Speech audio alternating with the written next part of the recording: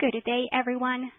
My name is Nikki, and I will be your conference facilitator this morning. At this time, I would like to welcome everyone to Danaher Corporation's fourth quarter 2025 earnings results conference call. All lines have been placed on mute to prevent any background noise. After the speaker's remarks, there will be a question and answer session. If you would like to ask a question during that time, simply press star, then the number 1 on your telephone keypad. If you would like to withdraw your question, please press star, then the number 2 on your telephone keypad.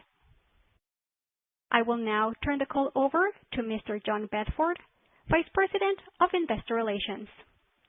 Mr. Bedford, you may begin your conference. Good morning, everyone, and thanks for joining us on the call. With us today are Reiner Blair, our President and Chief Executive Officer, and Matt McGrew, our Executive Vice President and Chief Financial Officer.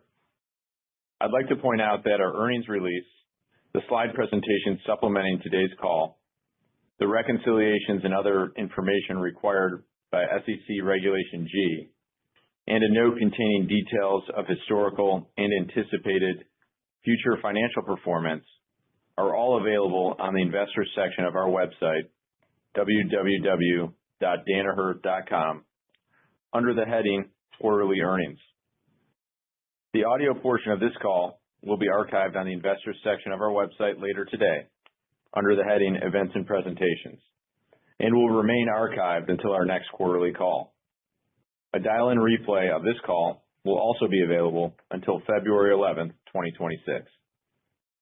During the presentation, we will describe certain of the more significant factors that impacted year-over-year performance. The supplemental materials describe additional factors that impacted year-over-year performance. Unless otherwise noted, all references in these remarks and supplemental materials to company-specific financial metrics relate to results from continuing operations and relate to the fourth quarter of 2025, and all references to period-to-period increases or decreases in financial metrics are year-over-year. We may also describe certain products and devices which have applications submitted and pending for certain regulatory approvals or are available only in certain markets. During the call, we will make forward-looking statements within the meaning of the federal securities laws, including statements regarding events or developments that we believe or anticipate will or may occur in the future.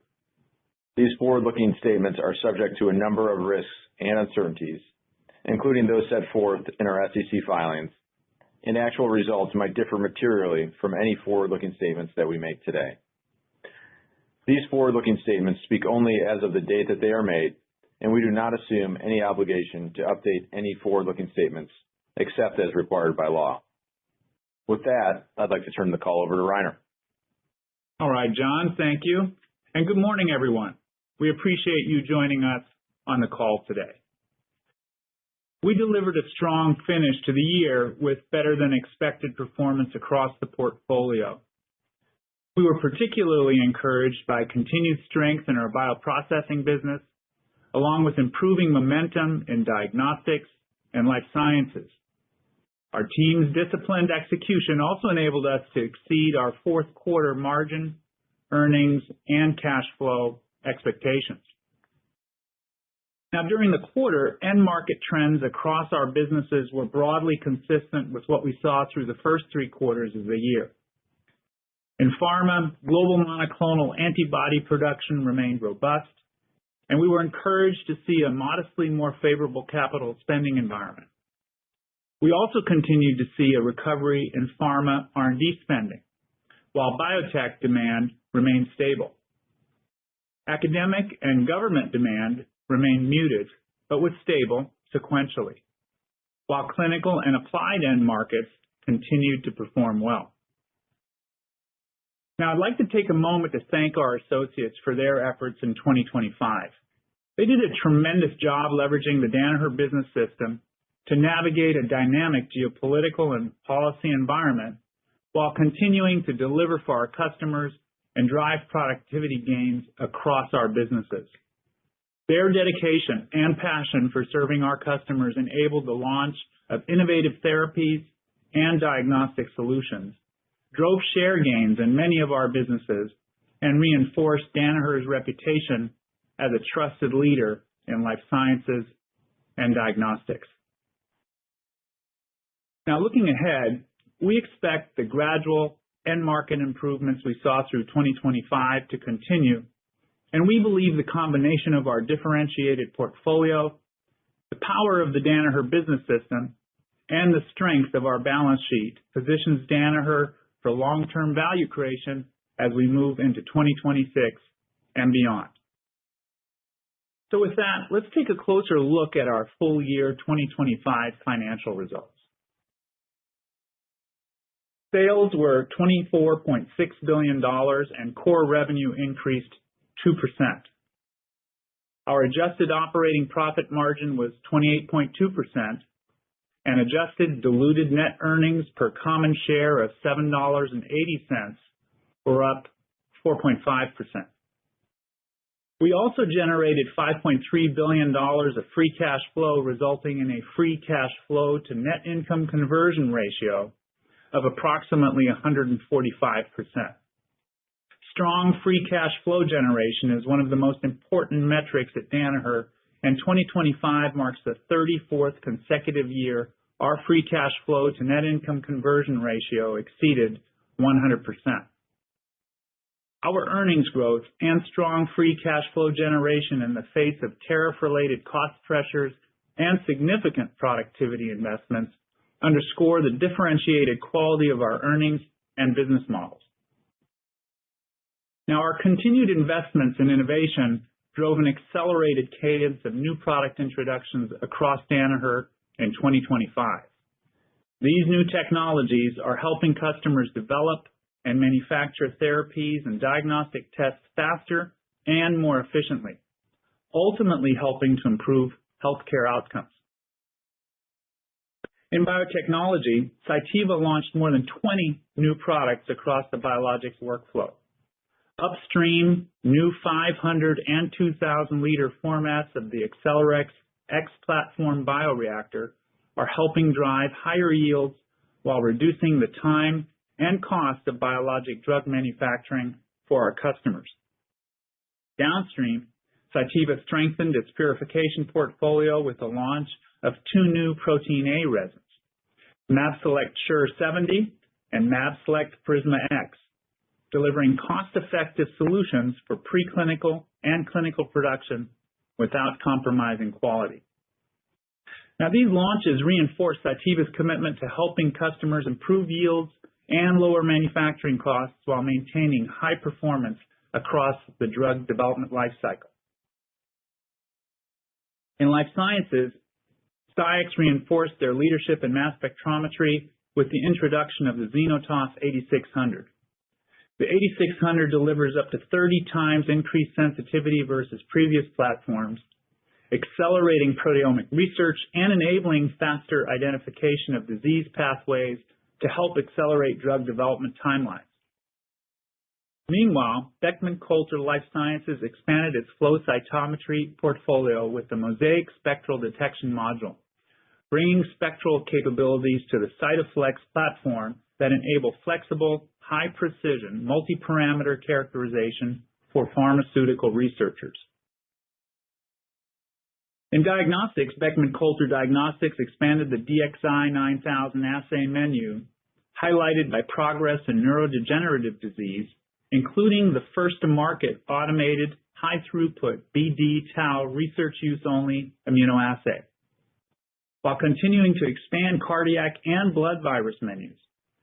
These advances, combined with sensitivity up to 100 times greater than traditional immunoassay systems, enable faster, more accurate patient diagnoses and help pave the way for precision diagnostics.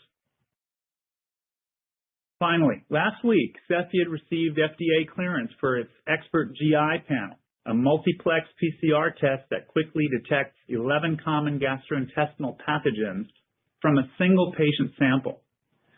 Leveraging Cepheid's advanced 10-color multiplexing technology on its GeneXpert installed base, this test simplifies GI testing workflows, helps guide appropriate treatment for high-risk patients, and can aid in reducing the risk of outbreaks in healthcare and community settings. This panel marks another step forward in Cepheid's multiplex testing strategy, building on momentum from the 4-in-1 respiratory panel, the MVP panel in women's health, with further multiplex introductions planned over time. So these are just a few of the innovations from across Danaher that are delivering meaningful customer impact while also driving clear financial results, including approximately 25% year-over-year growth in new product revenue. So with that, let's turn to our fourth quarter 2025 results in more detail. Sales were $6.8 billion in the fourth quarter, and we delivered 2.5% core revenue growth. Geographically, core revenues in developed markets increased low single digits, with North America essentially flat and Western Europe up mid-single digits. High growth markets were up mid-single digits, with solid growth outside of China more than offsetting a low single-digit decline in China. Our fourth quarter adjusted gross profit margin of 58.2% and our adjusted operating profit margin of 28.3% were both down 130 basis points as the impact of cost savings initiatives more than offset the positive impact of volume leverage. Adjusted diluted net earnings per common share of $2.23 were up 4% year over year, and we generated $1.8 billion of free cash flow in the quarter.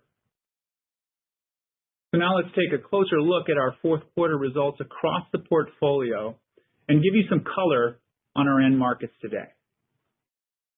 Core revenue in our biotechnology segment increased 6%.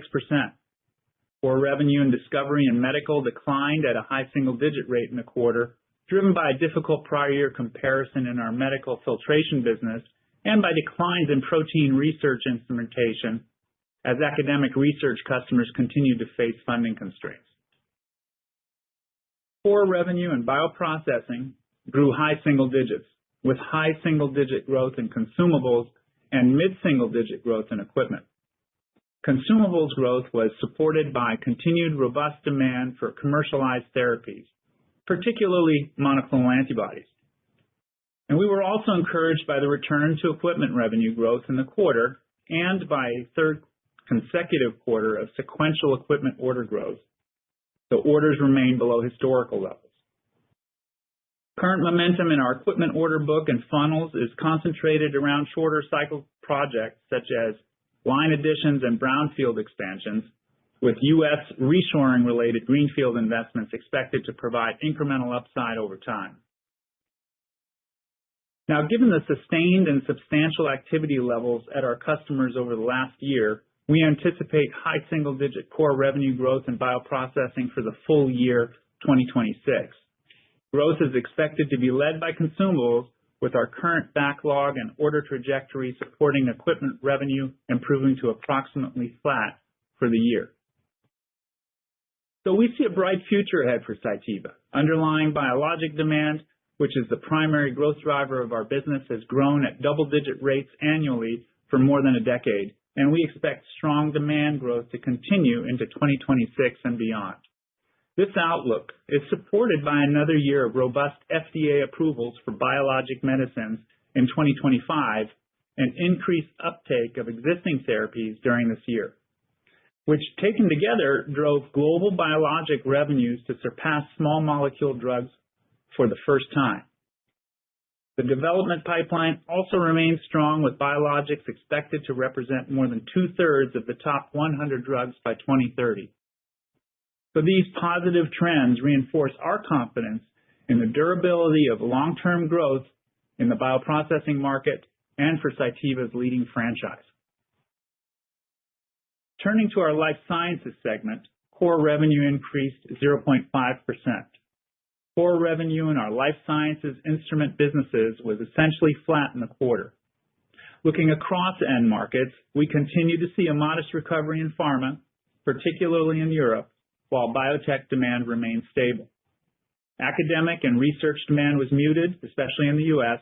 and China, but was generally stable on a sequential basis, and clinical and applied markets remained healthy.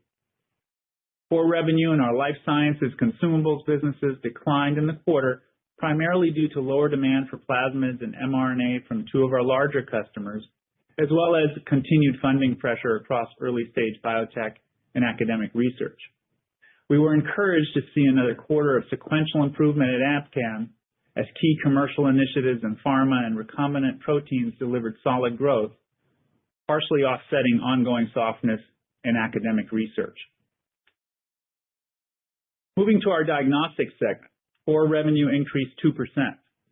Core revenue in our clinical diagnostics businesses grew mid-single digits with high single-digit growth outside of China.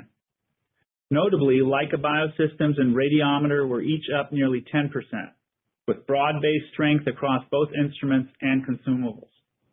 Beckman Coulter Diagnostics also delivered another strong quarter with mid-single-digit growth globally, led by high single-digit growth in immunoassay. This is Beckman's sixth consecutive quarter of mid-single-digit or better core growth outside of China and caps off a year of sustained momentum across its innovation and commercial engines. In molecular diagnostics, respiratory revenue of approximately $500 million exceeded our expectation as customers purchased in anticipation of an active respiratory season, given the high prevalence of currently circulating respiratory viruses. Over the past several weeks, we've worked closely with the team to better understand seasonal trends and revisit our assumption for respiratory revenue in a typical year. And as a result, we expect respiratory revenue of approximately $1.8 billion for the full year 2026. This assumes a normal respiratory season and that testing protocols at our customers remain broadly consistent with what we've seen the last few years. Low double-digit growth across Cepheid's core non-respiratory test menu was highlighted by nearly 30% growth in sexual health and mid-teens growth in hospital-acquired infection assays. This strong performance reflects continued traction in Cepheid's growth strategy, including new menu additions such as the MVP panel and women's health, enabling entry into new care settings and existing customers continuing to add both menu and instruments across their healthcare networks. So looking ahead, we're excited about the long runway for durable growth at Cepheid, supported by a robust pipeline for future menu additions and anticipated continued expansion of our leading global installed base. Now let's briefly look ahead at expectations for the first quarter and the full year 2026. Looking across the portfolio, we're assuming bioprocessing growth will be similar to 2025, including continued strength in consumables, driven by healthy growth in monoclonal antibody demand and our strong positioning across the biologics workflow. In life sciences, we're assuming a modest improvement in end markets, but assume growth will remain below historical levels given the current macro environment. And in diagnostics, we're assuming higher growth in 2026 due to moving past the peak of headwinds from policy changes in China and our expectation that we will continue to execute well globally. For the full year 2026, we anticipate core revenue growth in the 3 to 6% range. Additionally, we are initiating full-year adjusted diluted EPS guidance in the range of $8.35 to $8.50. In the first quarter, we expect core revenue to be up low single digits. And additionally, we expect the first quarter adjusted operating profit margin of approximately 28.5%. So to wrap up, we're pleased with our solid finish to the year and proud of the work our teams did in 2025 to reliably support our customers through a dynamic macro environment. They did a tremendous job staying focused on what we can control, running the Danaher Business System playbook to offset cost pressures and deliver productivity gains while continuing to invest in innovation for the long term. So looking ahead, we're encouraged by the momentum building across our portfolio and expect growth to accelerate as end markets continue to improve. Our strong positioning in attractive end markets and high recurring revenue business models support our long-term expectation for high single-digit core growth. with a differentiated margin and cash flow profile. So with the powerful combination of our differentiated portfolio, talented team, and strong balance sheet, all powered by the Danaher Business System, we feel well positioned to create long-term shareholder value while making a meaningful positive impact on human health. So with that, I'll turn the call back over to John. Thank you, Reiner. That concludes our formal comments. We're now ready for questions. Thank you. And if you would like to ask a question, please press star 1 on your keypad. To leave the queue at any time, press star 2. Once again, that is star and 1 to ask a question. Our first question comes from Michael Ryskin with Bank of America.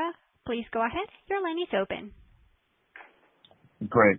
Thanks for taking the question, guys, and congrats on the Mike. Morning, Reiner. Maybe just to kick things off, you're opening with a 3 to 6% core revenue guide. That's consistent with kind of how the framework you laid out on the 3Q call. But if you look at the various segment details you provided, it looks like the segment levels, if you kind of do the sum of the parts, it gets you closer to that 3%, which you hinted at in the past. I'm just curious, if you could talk about how much conservatism is embedded in that. Or maybe, what are the levers or what are the drivers you could see getting you closer to that 6? Where you see potential for upside as you go through the year, if there's one segment or another that kind of sticks out to you. Sure, Mike. Well, how about I level set first on the guide, and then I can talk to those upside levers. So first of all, we had a good finish to 2025 with the business performing better across the board in Q4, and that really reinforced that 3 to 6% core growth outlook that we talked about in October. And now we've converted that into our core growth guide, which is based on the expectation of continued recovery in our end markets. And to your point, let me give you a little color on those. First of all, we expect bioprocessing to remain strong at high single digits. We had an excellent finish to the year. In fact, I've just spent time out with customers and with our teams, and things are going really well for us there in terms of spec wins and orders, and of course sales as well. And this momentum should lead to continued strength in consumables. And for equipment, we were encouraged by that momentum that we saw in the fourth quarter, but we're assuming that equipment is flat for 2026, which is off of a mid-teens decline in 25, but that is supported by our current backlog. Now, as we think about life sciences and our discovery and medical businesses, we expect those to be flat. And we're assuming some modest improvement in our end markets there. And that said, we do expect growth will improve through the year as our own comps ease, particularly in our life science consumables businesses. And then lastly, we expect diagnostics to grow in the low single digits. We're assuming consistent mid-single digit growth outside of respiratory in China. And with China, we think the volume-based procurement headwinds will moderate as we move through the year. And respiratory, we've taken a look at that number again here in terms of the endemic level, and we think that's probably fairly consistent with 2025. So this is how we're setting up the year based on these improving end markets and some of the momentum that we saw coming out of Q4. Now, Mike, to your point as to upside levers, there's probably two larger drivers that are most relevant there. One is to see continued improvement across our life science end markets. We're seeing some of that. We want to see more of that, especially some of those policy headwinds that we're seeing here in the U.S. in particular. We'd like to see that improved biotech funding environment fall through now to an increasing order book in that particular segment. So encouraged, but we don't see that yet. And then, of course, China continuing an acceleration in life science research would be helpful in those life science end markets as well. And then the other level is bioprocessing, where seeing better than high single-digit growth for the year with equipment potentially accelerating, or even consumables accelerating more as we see more biosimilars and mAb production increasing. those would be two areas that could produce additional upside to the guide. Okay, that's helpful. And if I could follow up just on that point on the bioprocessing outlook for 2026, can you talk a little bit about the order book, maybe book to bill, how that shaped up in the fourth quarter for consumables and for equipment? Just give us a little bit more clarity on the confidence that's driving that 26 outlook. You've got you still have easy comps in equipment, but a little bit tougher comps in consumables. So just for both the equipment and the consumable side, what the orders look like exiting the year and how that supports next year's outlook. Sure. The order book fully supports the high single-digit growth that we've been talking about for 2026. As you know, the lead times have gotten much shorter on the consumable side, so having a book-to-bill there of around 1 is exactly where it needs to be. So we feel very good about that. We've talked about equipment orders increasing sequentially here the last 3 quarters in a row, and then, of course, we grew revenue in the fourth quarter.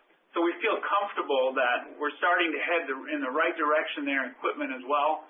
But one quarter of growth, we're not ready to call that a trend yet, but the orders coming out of the last 3 quarters are encouraging.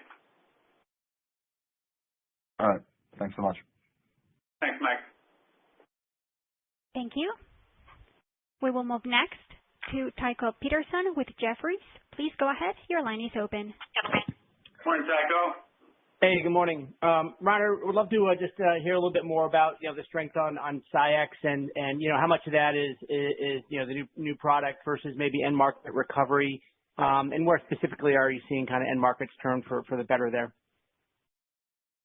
So SciEx did nicely with mid-single-digit growth here in the fourth quarter, and we're seeing a number of factors contribute to that. Certainly innovation with the Xenotop 8600 gaining some nice traction.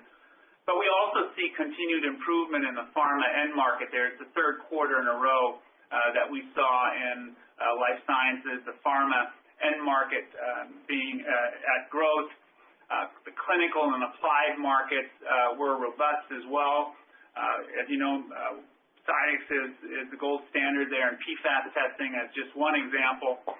And then lastly, I would say in the academic and government segment, that continued to be muted, so it's stable, but not growing in the last quarter. So generally speaking, we see the end markets continuing to improve, and that also contributed to SciEx's and the Instruments Group performance there in the fourth quarter.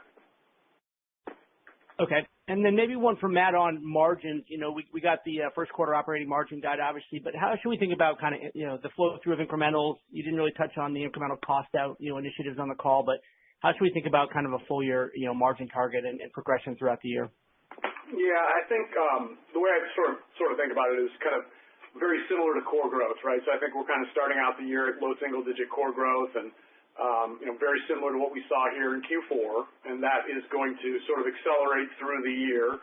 So you'll see kind of a little easier comps here in life science consumables in the second half, some modest end market improvements in life sciences that Rainer just alluded to. Put in the easier comps in China DX and respiratory. I think what we'll see is sort of that low single-digit growth kind of build through the year, and earnings is going to follow that. I think you'll see that follow the trajectory of the core growth, with certainly the second half and the fourth quarter probably being the biggest beneficiary of the 2025 cost actions. And so if you kind of go through that, I think you'll see the second half is certainly building up, but that's largely almost all the benefit from the cost actions in the fourth quarter. Okay. And then just lastly, quickly on bioproduction, I appreciate all the incremental color. Any commentary specifically on China? There were some mixed data points earlier this week from one of the companies that reported on China bioprocess. So curious if you're seeing anything abnormal there in terms of trend. We're not. Our fourth quarter bioprocessing business in China is coming off of a large comp, but the underlying activity level continues to strengthen there.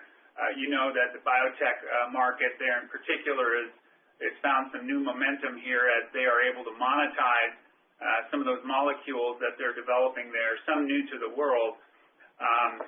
through licenses, through going public and other types of monetization opportunities. So for us, bioprocessing should continue to have a positive development, and certainly we expect China bioprocessing to grow in 2026. Thank you. Thank you. Thank you. Our next question comes from Scott Davis with Melius Research. Please go ahead. Your line is open. Morning, Scott. Hey, good morning, guys. Seems pretty encouraging commentary, particularly around bioprocess. But guys, I want to back up a little bit. Like, you did a fair amount of restructuring and such, and that can be defined in a lot of different ways. But can you help us understand a little bit of the postmortem, other than just the margin impact? Kind of, what did you actually do as it relates to kind of either rooftops or headcount? Is there tangible change in fixed assets or anything that you can kind of talk about publicly here? Scott, I mean, this is traditional Danaher business system type of productivity improvement, where we're certainly consolidating rooftops, but also driving process efficiencies. And yes, that has resulted in reducing associates as well. So we expect the cost savings that we've generated there to sustain here for the long term. And as we noted in previous calls, those are pretty significant. Yeah. Okay. That's a good non-answer, Reiner. I get it. Understood. The flu season has been pretty nasty. God knows it's cold up here, cold where you're at too. But is there? Are you seeing a big pickup in orders here in January? Kind of. I know that you had a strong, probably pre-order season and 4Q and such. But have you seen a pretty sizable reload as the cases have picked up? Well, we certainly at the second half of the fourth quarter saw the cases pick up quite significantly, and you probably noted that the ILI being as high as it's nearly ever been, and that was manifested then also in the respiratory beat that we showed in the fourth quarter. Now, since then, we've seen that ILI come down, but testing continues to be robust, and we've put out the perspective that we expect our first quarter respiratory to be around $500 million of revenue. That's helpful. Thank you, Reiner. Best of luck. See you guys. Yep. Thank you. We will move next with Doug Schenkel with Wolfe Research. Please go ahead. Your line is open. Morning, Doug. Morning, Reiner. Thanks for taking the questions. Starting on bioprocessing, given the strength of equipment growth in the fourth quarter and favorable comparisons for really at least the first 3 quarters of 2026, it's a smidge surprising you didn't guide for maybe a little more growth at that line. Was there any pull forward of demand into Q4, and/or is this just, maybe some extra prudence as we sit here in January in what's been, a tough environment and an unpredictable environment, over the last few years? Yeah, Doug, maybe I'll take that. I think not too dissimilar to what we saw sort of on the consumable side, maybe 6 or 8 quarters ago. It's encouraging to see some growth, mid-single-digit growth out of the equipment, but it's just 1 quarter. And so 1 quarter a trend does not make. I think, we still are in that environment, similar environment like you talked about to where we've been. So while encouraging in the fourth quarter, I just think it's, until we have a little bit more, a few more data points to point to on the equipment side, I think it's, again, kind of demonstrated ability over the past year that we're just going to go ahead and guide to flat. I think it's a good place to start. Let's see how the year progresses, and we'll go from there. Okay. That is helpful, Matt. And pivoting to capital deployment, the business is clearly stabilizing. You got solid free cash flow as always. Debt to EBITDA is below 2. Can you just describe, the M&A environment and your readiness and your priorities to potentially get a little more aggressive than you've been recently? I guess I'm trying to get at whether or not you feel that you're in a better spot now than maybe you were a couple quarters ago to move, to move on something potentially more sizable and more aggressive if the opportunity were to present itself? Thank you. So, Doug, I would say the M&A environment is more constructive. We've seen some valuations moving in the right direction. Interest rates have moderated a little bit, and our cultivation and our bias towards M&A and our cultivation of those M&A targets remains as strong as ever. And as you point out, our cash flow generation not only is differentiated, but puts our balance sheet in a place where we're able to act on opportunities. And we're going to stick with our discipline of looking at end markets that we believe have long-term tailwinds, attractive assets within that market that have defensible value or value creation opportunities that we can compound over time. And then, of course, the financial model has to work as well. And we do see that continues to progress in the right direction. So we like the setup. We see improving end markets. Our team is executing well, as manifested by the fall-through that you see on the business and the cash flow. And, of course, the balance sheet is primed.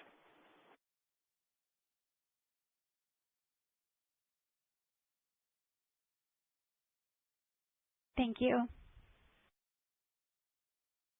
We will move next with Jack Meehan with Nephron Research. Please go ahead. Your line is open. Morning, Jack. Good morning. Hope you're doing well. I want to push on a couple of the guidance assumptions a little bit. The first is in life sciences. So 2025 is obviously an unusual year in terms of customer spending patterns. I was curious about your thoughts on 4Q as a jumping off point for 2026, in so much that, is it possible there were some push outs from earlier in the year that might have come in, around year end? So what can you build off of in 4Q versus what, might be like an elevated base? Any thoughts on that? So, Jack, I think we continue to see improvement in the pharma end market.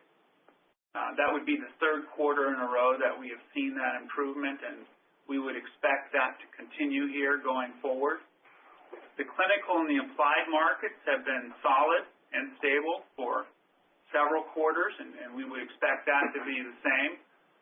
I think in academic and government, that's where the activity level has been muted. We could still have a bit of choppiness ahead of us with the discussions that we hear currently in the market. But over time, we also expect that to moderate. So generally speaking, we would expect the life science end market to continue their gradual improvement here through 2026. Sounds good. Okay. And then, Matt, I wanted to push a little bit more on the margin puts and takes for 2026. So you talked about the $250 million cost actions. You also have the biotechnology segment, your highest margin segment, growing the fastest. There's the VBP. Is there anything else that stands out? I'm just trying to think about the 100 bips or more for the year. Yeah, no, maybe let me give you just a little color on how we constructed the EPS guide of 835 to 850, just to give you a simple frame of kind of what that is. I think that might be helpful. So we're assuming the low end of the core growth, like we've talked about, so think 3 to 4%, assuming 35 to 40% fall through. We've got a 30-cent benefit from the 2025 cost actions. So that's in that 100 basis points of margin expansion. It is inclusive of this 30-cent benefit. And that, as you remember, was the Q4 actions plus the savings, so it's $250 million. So that benefit is about 30 cents. And then there's kind of some below-the-line stuff in FX, which obviously could go either way. So I just assume all that stuff kind of nets to zero. If you do that math, you get kind of 835 to 850. And so, if we do better from a core growth perspective than 3 to 4%, there's probably likely some upside here to EPS. But we're just going to kind of start the year with what I laid out, see how the year progresses, and we'll go from there. Okay. Thank you, guys. Thank you. Our next question comes from Patrick Donnelly with Citi. Please go ahead. Your line is open. Good morning, Patrick. Hey, guys. Thanks for taking the question. Maybe a follow-up on Jack there on the life side business. Reiner, it sounds like things are improving, across the board, Abcam, Aldevron, SciEx. Can you just run through what you saw into year-end on that front? Was there a good budget flush? And then similarly, as we look at 26, it seems like that's still flattish for the year. It feels like there's some upside there. Can you just talk through what you need to see to get that number go into a few % growth? And again, would love to dig into some of those verticals, Abcam, Aldevron in particular. Sure. Let's start with the fourth quarter. Like we said, the life science business was a little bit ahead of our expectations there, and that was led by SciEx and Beckman Life Sciences and so forth, where we saw the pharma end market in particular do a little bit better than anticipated. There's probably a little bit of a budget flush. We saw that especially in Europe. So not enormous, but we did see a little bit of a flush. We're not a great read across for that with the size of our instrument business there, but nonetheless we did see some. Now as we think about 26, we expect that end markets such as pharma will continue to improve, that clinical and applied markets will stay stable. And I think the upside that we're looking for in life sciences comes sort of out of two categories. One being in the academic and government area, we need to see more stabilization there around the spending discussions and the budgetary discussions.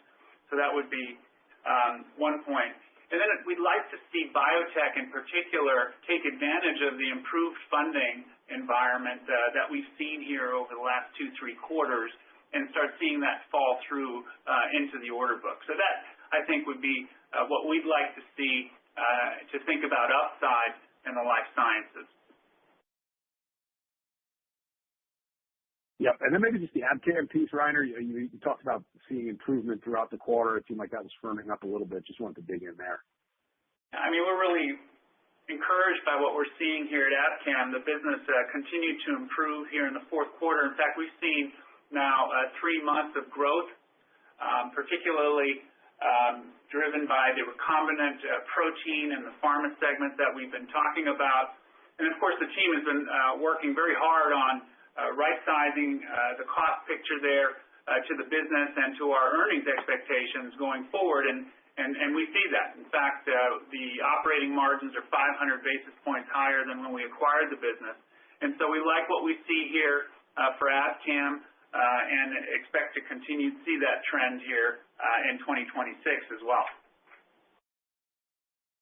Understood. And then maybe a little bit of a longer-term one. I think as you build this year, it seems like, again, Reiner, I think you touched on the gradual recovery a few times. As we exit this year and move forward, it certainly feels like we're approaching more level of normalcy. What is the path back to the LRP that you guys have out there? Is that on the table as we look ahead? I know it's January 26, but as we look ahead to future years, what is the path there, and what do you need to see to believe that that's on the table next year? Well, I would say it's too early to comment on 2027 and beyond to the point you just made. But here's how we're thinking about it. Fundamentally, our businesses are in excellent end markets, and those growth drivers that we've talked about are very much intact. And we expect those growth drivers to continue to recover here. And what are some of those? Well, the proliferation of biologics, some of the advancements that we see in life science research, and then, of course, the diagnostics area, bringing those diagnostics much closer to the patient. So we don't see any change to our long-term framework. And as these end markets continue to recover, we'll get back to that high single-digit growth over time. Understood. Thank you, guys. Thank you.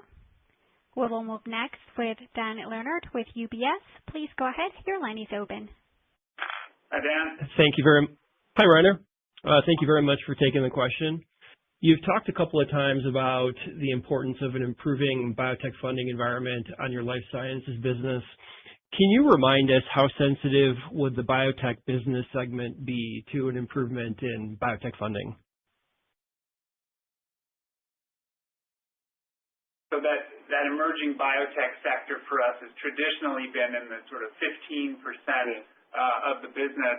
Overall, probably a little bit less. Yeah. Probably more like 5% of overall Danaher, 15% of bioprocessing, 10-15%. So I mean, it's not. There is some level of exposure, but it's not the majority of what we do, obviously. Yeah, I mean, okay, thank you. Business, Dan, just to reaffirm, most of our business in bioprocessing is driven by commercial volume. 75% we talk about that, and then you have a mix of clinical and biotech in the remaining 25%. So let's say 10 to 15% is probably in the biotech area. And we have been seeing some improved orders there in bioprocessing out of that space, but early days. Understood. Thank you. And a quick follow-up, Rainer, you mentioned the reshoring topic as a longer-term theme in bioprocessing. Can you update us on how any of those conversations with customers have been trending over the past 3 months?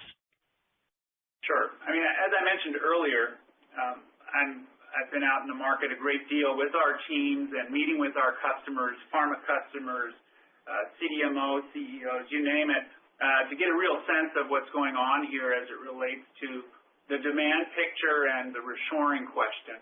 And I think the takeaway here is that, one, equipment investment has been muted here for the last couple of years, despite the fact that demand has been fairly strong, as we see in the consumables demand.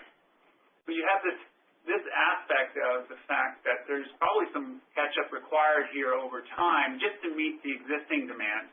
And then you add on top of that the reshoring topic, which continues to advance. There's no question that is going to happen. It's just a matter now of bringing that timing together. And so, again, it's a little difficult to pinpoint the timing, but we've been encouraged, certainly on the former aspect, so the need to keep up with demand in our order book here for equipment. And we want to see how this now plays out going forward. But we really believe we could be in the early innings of a long-term investment cycle. And as you know, we're really quite well positioned to support those investments going forward. Thank you very much. Thank you. Thank you. And we have time for one more question. That question comes from Dan Brennan with TD Cowen. Please go ahead. Your line is open. Morning, Dan. Great, thanks. Hey, good morning, Rainer. I'm Matt. Thanks for the question. Maybe to start, just back to bioprocess, if you don't mind. With the biotech guide at 6% for the year, and I think you guys talked about Discovery and Medical flat. So that gets us to bioprocess growth, I think, around 6%, which is a bit lower than what I think you guys did in 25. So is that math correct? And, I'm just wondering, would that imply like a bit of a slowdown that you're starting the year at for consumables, given equipment is stronger? I know, Matt, you talked about conservatism, but it's just such a focus. I just want to kind of flush out how you're thinking about the starting point for the 26 guide. Yeah, make it very, very clear here. Bioprocessing on the consumable side for the year and for Q1, our assumption is that will grow high single digits. And it's probably going to be at the upper end of high single digits. We are assuming equipment is going to be flat for the year, and that bioprocessing will be all in high single digits for the year. I think what you're probably referring to is if you look at bioprocessing, the segment, you've got Discovery and Medical in there as well. And so I think Discovery and Medical for Q1, we've kind of said it's going to be flat. It might be up a bit. I think the rest of the year for Discovery and Medical is going to be flat, maybe down a little. And so to kind of balance that out, you're going to have high single digits out of consumables, out of bioprocessing and consumables. No change whatsoever to what we've seen in the end markets, and no change to what we have been talking about for a while now. So I think really the wild card is what does D&M do for the segment? But just to be perfectly clear, we are not seeing any sort of change or slowdown in bioprocessing.